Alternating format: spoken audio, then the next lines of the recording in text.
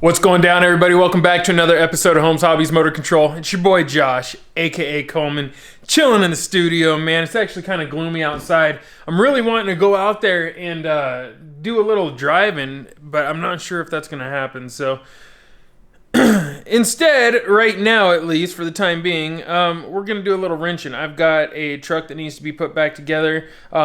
A while back, I don't know if you guys remember this, but we pulled the Holmes Hobbies SHV BLS 500 servo out of, or BLS SHV 500 servo out of the black Axial Yeti score trophy truck. And for those of you that aren't familiar, that thing is stupid fast. It's the speed demon basically for us. And so I pulled that servo out so I could replace one in the XJ build that I was building because I thought I fried it, but I didn't, as it turns out. So I'm putting it back in right now. I'm actually in the middle of that, and I figured I'd crack the camera on and we can, you know, shoot a video. I actually meant to have this episode out yesterday, but I just had too many things going on. I had a meeting yesterday and a bunch of stuff, and I didn't want to have to rush the episode. And then I woke up this morning with no clue what I was actually going to shoot. So yeah, here we are later in the day, and I finally decided, you know what?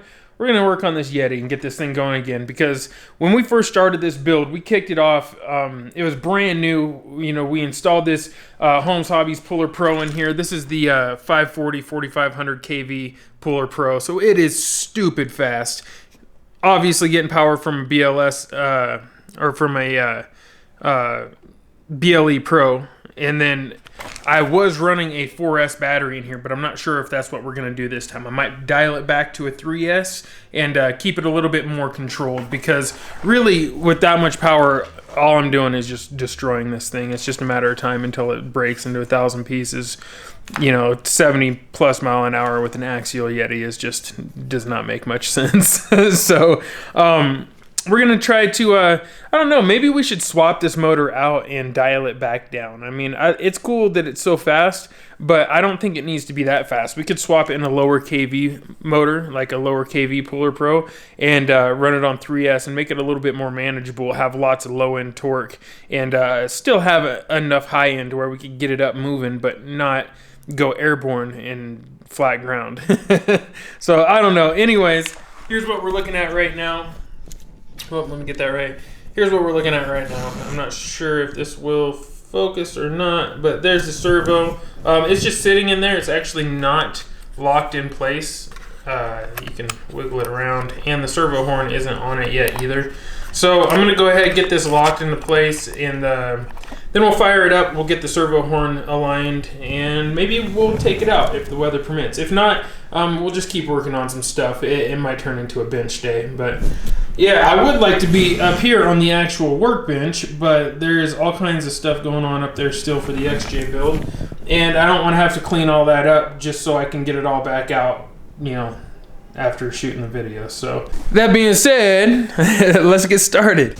All right, now the first thing I got to do is get the screws out of here. I believe there's still screws floating around in the chassis. I could hear them. So yeah, there's one right there. Sorry if I bumped the camera, guys. There's two, and there's three. I didn't know there was three in there. All right, let's make sure there's nothing else.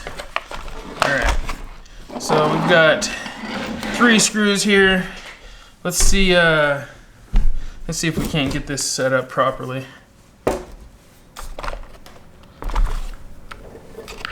Now, I have this loosened up so I can actually move it over.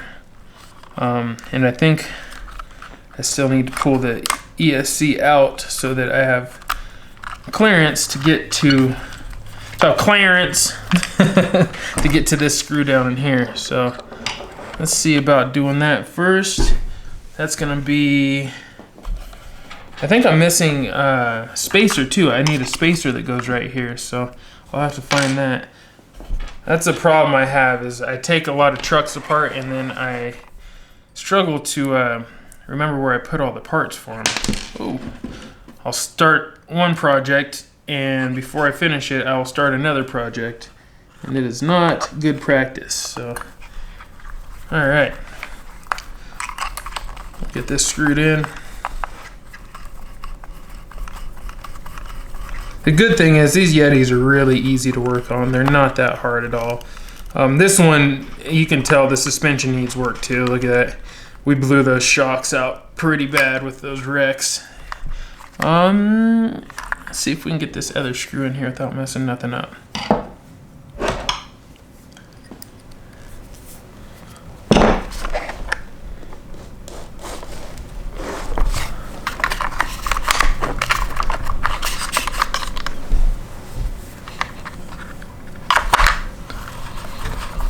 I hope I got that.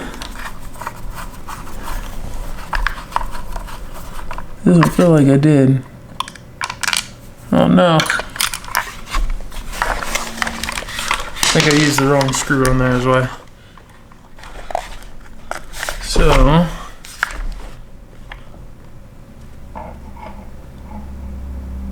no, I don't think I used the wrong screw. Did I? Yeah, I did use the wrong screw. Luckily, I brought a extra Team K&K hardware screw. This doesn't actually match, but that's all right. I think that this will. I think this will work. There we go.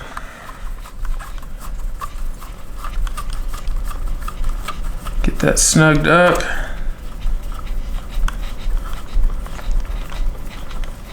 Then something that I did is just a little trick, little tip for you guys out there that might have a Yeti. They're kind of a pain to swap these servos out as they sit. So what I did was I actually drilled a hole right here. So I drilled a hole right here so that I could put this through there and then put the screw on the other side. And that allows me to have way easier access to that. However, before we do that, I need to find the missing spacer that goes right here. So give me 1 second.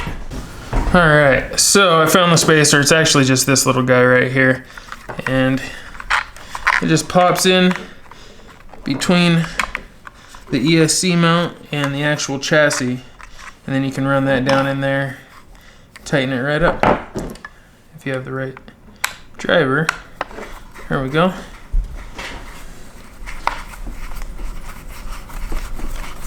Tighten that up real quick.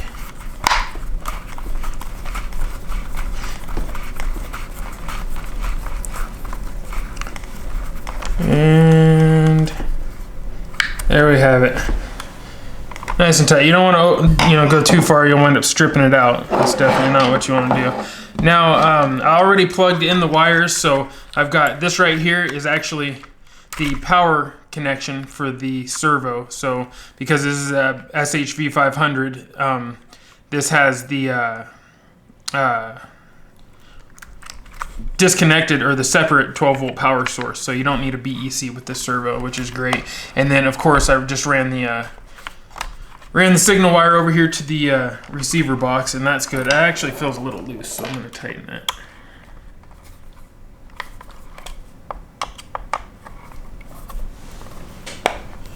Alright, so now what I'm going to do is I'm going to power this up. Got the radio over here, then I've got battery right here. Boom. And let's go ahead and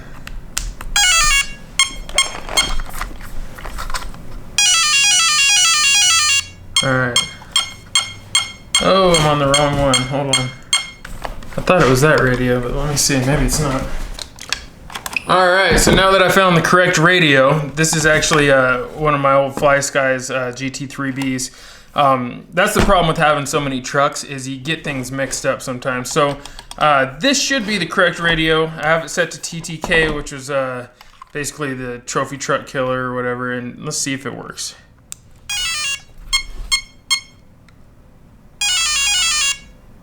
Alright.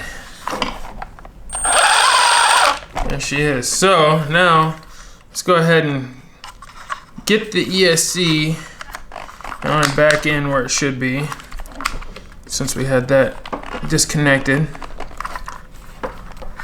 Oh, there we go. ESC is where it should be. Now let's take this. I'll put my driver through first, and then what I do is set the screw on the tip of the driver.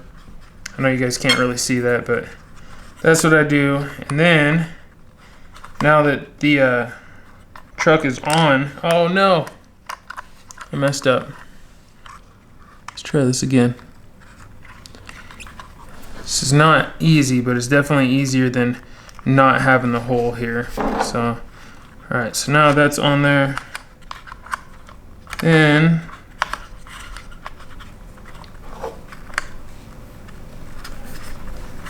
line it up there. And literally just start line it up and just start screwing it on. There we go. Get it nice and snug, but not too tight. You don't want to strip anything out. And that is technically it, man. We should be all back in action.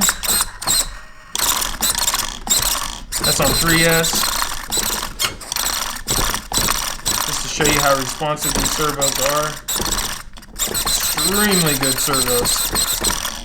And I'm pretty sure I heard some ticking going on here.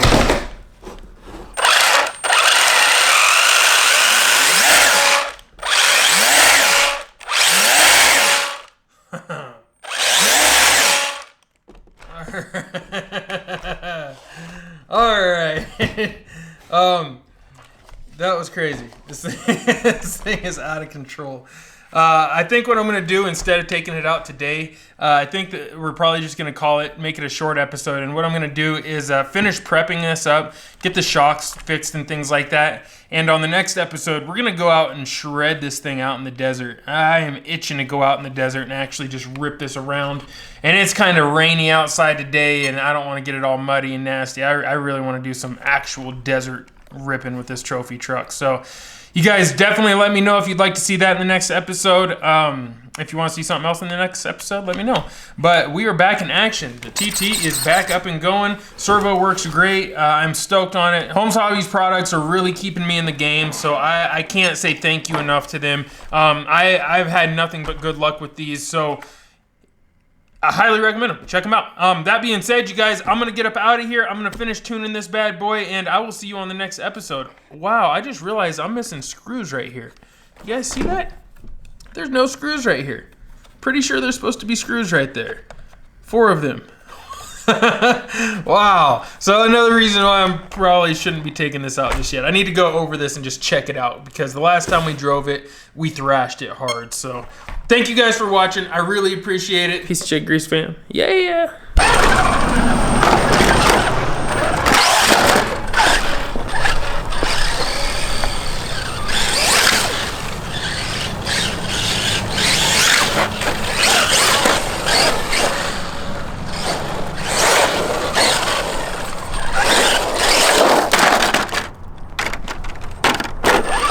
See that the shocks are just, I mean, look at how low it sits in the front. Definitely need to fix that. Just do a quick rip there.